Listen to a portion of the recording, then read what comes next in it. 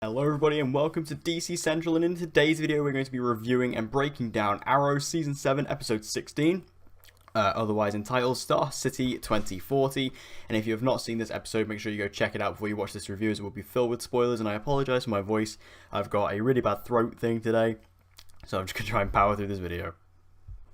So the episode starts out and we get to see the birth of Mia, and we also get to see flashbacks of her of her past growing up in this sort of, country house that we saw in the promo for this trailer, or for this episode I should say. And we get a surprise little cameo. We get to see Katrina Law as Nyssa Al Ghul, and we find out that Nyssa is actually the one who trained Mia, so that's pretty cool. I didn't expect that, given the fact that Nyssa is, a member of the League of Assassins, and is very much, in terms of her fighting style, is very much finesse and things like that. Whereas Black Star, obviously when we met her, was a cage fighter, so I thought, and she's kind of more of a brawler, so I thought, that doesn't really line up, but still really cool. It was a nice little cameo there. And I think that, overall it was just a really nice sort of cameo. And also, Nyssa gives Mia her bow and arrow. We actually get to see that Mia is actually an archer, which is really cool as well. I kind of thought that maybe out of the future characters that Connor Hawke was going to be the archer. But no, it is Mia, and she got given that bow and arrow by Nyssa and was trained in the art of archery actually by Nyssa, not Oliver. Now, William and Mia do make it over the wall in the Glades and actually goes to Galaxy 1, which is actually acting as a front for Eden Corps, and they are actually the ones who were behind the whole plan to bomb Star City, and they are the ones who framed it on Felicity and all things like that. This was really cool, actually, to take this kind of, because Eden Corps does actually have a role in Green Arrow Rebirth, I believe, so that was actually really cool to kind of introduce that and bring that into the universe, and obviously using that as a front I thought was really interesting, especially because Renee was kind of blissfully unaware of the entire thing, and Renee is basically being played throughout the entire thing. Renee is, I don't know what happened to Renee, like this is one thing they really need to kind of explain, is what happened to Renee kind of from where we're at now to the future that caused him to be so different. Like, Renee is a completely different character in the future to what we know him as now. He's basically completely flipped on his morals and things like that, so they need to explain why that is, and I do apologise for me constantly having to swallow because, yes, I know it's very noticeable. But we also see that Connor Hawke is actually undercover with these guys. He's kind of working with them, and they do kind of say that he was working for an agency. I don't remember the exact name they say, but they do reference it as kind of being the good version of Argus. So, Connor Hawke is actually working for them. We do, hear them say Agent Hawke and things like that. So he's kind of working undercover to try and take these guys down from the inside and to get some information from them.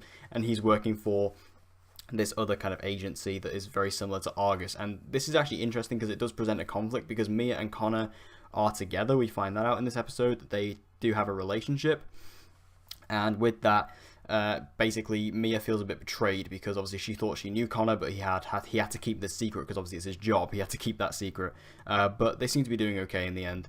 So this was all really cool, actually, going to Eden Corps and seeing that these, being kind of in the area who planned this massive bombing of Star City, and also with Felicity. So I thought that was really, really cool.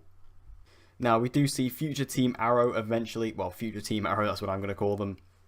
They get through this facility. We get some really cool fight scenes where we get to see Mia using her bow and arrow and her fighting skills very similarly to Oliver. We also get to see Connor Hawke using his fighting style. Connor Hawke, I actually think, he has like these little sticks that he used to fight. It's very, like, his fighting style and the weapons he uses, it's very, very reminiscent of Nightwing, which I don't know if that's intentional or not, but it's really awesome just to kind of have that, like, in the way of his fighting style, the way he is as a character. Connor Hawke is kind of the closest character we have to Nightwing on Arrow right now, so that's really cool. But they do fight their way through the facility, and we do actually meet up with the older Felicity. So we do have Emily Bett Rickards in the future of this, and yeah, Felicity is kind of no different. Like, out of all the characters, like, she's kind of the complete opposite of Renee, where, Renee has changed so much and is basically the complete opposite of what he is. Felicity is pretty much exactly the same. But she was obviously kept prisoner here. She was framed for the planned bombing, even though it wasn't her. She was trying to stop it. Yeah, I mean, Felicity in this episode, like, she was kind of, like I say, it's not really anything to talk about, because she was basically the same as she is, If you look at Felicity last episode on Arrow, episode 15, it's basically the same thing here. Like, she basically plays the exact same character. I mean, obviously it is the same character, but, she hasn't really changed or evolved in this 30-year time period, which is kind of crazy. Also, the wig is not great, but it's not as bad as Renee's wig, but it's not far off. So yeah, future Team Arrow, like we do finally see Felicity. In terms of like other characters, like we still haven't seen Diggle, we still haven't seen Oliver. I don't think we are going to see Oliver. This future storyline very much implies that Oliver's dead at this point. And Diggle, I don't think they're going to show Diggle because I think they are planning to maybe kill Diggle at some point, either this season or next season. So I feel like maybe they want to keep that under wraps as well. So I feel like at this point we've maybe seen everyone who we can see. And despite what I said in my Black Star video, I will say that Catherine McNamara did improve in this episode for me a little bit. I still don't think she's great. But, you know, I just kind of want to follow up on that video by saying I think she was a little bit better here with, you know, she was kind of the main character of this episode. She was the main kind of protagonist, because this entire episode obviously takes place in the future. We have we have the flashback at the beginning, we have the present day at the very, very end, but for the most part, this is like all in chronological order in the future, so this was really cool. And again, I think Catherine McNamara did a decent job, you know, decent enough. But then at the very end of the episode, we do have Felicity eventually launching Archer. Now, this is in the present day. At the very, very end, we go to the present day. We see Felicity at a laptop in the apartment, and we see her actually launch the earliest version of Archer. We have like an actual AI actually talking to Felicity, and this is that security program that they've been talking about in the future storyline. So now we're actually seeing that come to fruition. I'm surprised they're doing it this early. I didn't expect that, to be honest. I kind of felt like they were going to wait and do that in Season 8, but they're doing it now. I guess it's interesting because we're going to have to wait and see how it actually impacts the show and impacts the team, and how if they're going to use this technology or if it's going to be kept as a secret for now. It's kind of interesting, but at the end of the day, like, this is how the episode ends, and I kind of felt like this episode was lacking this kind of powerful punch of an ending. It kind of fell very flat for me, which was a strange one, especially because I was really excited about this episode. This was a big episode as well, you know, an entire future episode. It was directed by James Bamford. If they get James Bamford to direct an episode, it's normally a big one. And this one, with this particular ending, it just fell kind of flat for me. Overall, I enjoyed this episode and I enjoyed watching it, but like I said about the ending, this whole episode kind of fell kind of flat for me. Like, it felt like it was lacking something. It felt like it was lacking this kind of prominence, because to be honest, not that much actually happens in this episode. Like, it's kind of a build-up. Like, it all kind of comes up to this idea where, okay, we need to get Felicity, and granted, we do get Felicity in this episode, but it's all building up to this idea of, okay, we need to stop these bombs, and they do, but it's in the most underwhelming way. And obviously, if you've seen the episode, you know what I mean. Like, that scene at, like, that sort of party thing was, is that how you stop the bombs? Like, it was really, really underwhelming for that.